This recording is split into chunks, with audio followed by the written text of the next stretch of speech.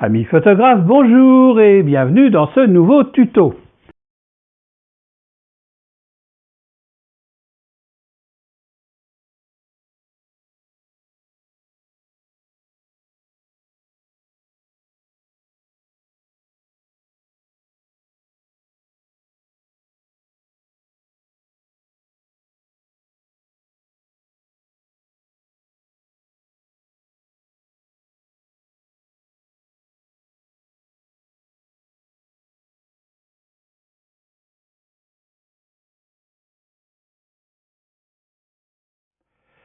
Quelle que soit la séquence de travail qui précède, la première opération à effectuer dans Lightroom est l'import de tes images.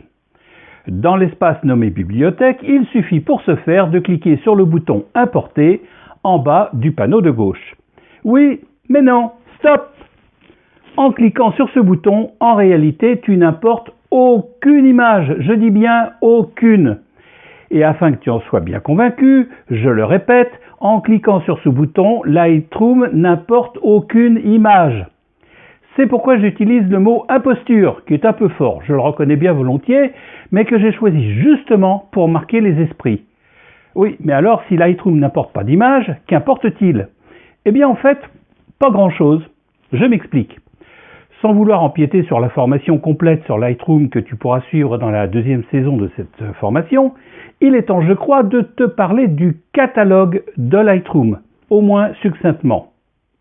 Lorsque tu as installé Lightroom sur ton ordinateur, un catalogue a été automatiquement créé qui est au cœur du fonctionnement de Lightroom. Qu'est-ce qu'un catalogue? Eh bien, imagine que tu possèdes plusieurs centaines de livres chez toi. Pour les répertorier, tu décides de créer un fichier Excel avec pour chacun d'eux des renseignements tels que le titre, l'auteur, l'année, l'éditeur et bien d'autres encore.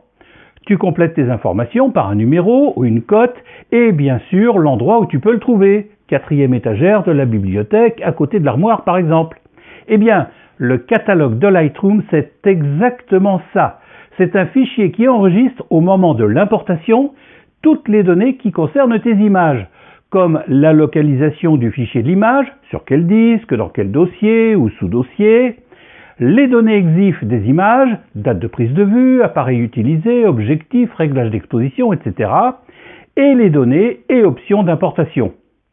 Parallèlement, Lightroom crée un aperçu de l'image concernée, qu'il range dans un fichier nommé Previews. Cet aperçu n'est pas une copie de l'image, ça n'est qu'une représentation. Autrement dit, quand tu cliques sur « Importer », ce ne sont pas des images que tu importes, mais des données qui concernent ces images. Lightroom crée des liens, en quelque sorte, ou des connexions vers tes fichiers d'images, ce qui permet au catalogue de récupérer des informations les concernant et de les enregistrer. C'est pourquoi le terme « importer » peut prêter à confusion. Connecter ou relier aurait peut-être été plus parlant. Autre chose. Pour revenir à notre idée de départ sur ta bibliothèque et ton fichier Excel, si tes copains ou tes copines empruntent des livres, tu peux aussi noter qui et quand et la date à laquelle ils te les ont rendus. Eh bien, le catalogue de Lightroom fait exactement la même chose. Il enregistre aussi toutes les actions que tu vas effectuer sur tes images dans le module bibliothèque. Tri, classement, catalogage, etc. Les retouches effectuées dans le module développement, etc. Bref, le catalogue est la mémoire des données qui concernent tes images. Si tu as bien compris ça, tu peux alors commencer à importer non pas tes photos, mais à connecter Lightroom avec tes images. Car pour l'instant, si c'est la première fois que tu installes Lightroom, ton catalogue est vide. Et cette opération s'effectue dans la fenêtre d'importation que nous commençons à découvrir dans la prochaine vidéo.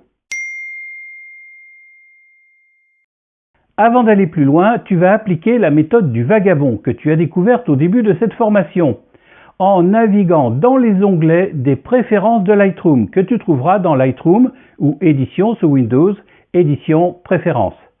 Nous aurons bientôt à y régler un certain nombre de fonctions, alors commence à faire connaissance avec elles, même si certaines pour l'instant te semblent assez abscondes.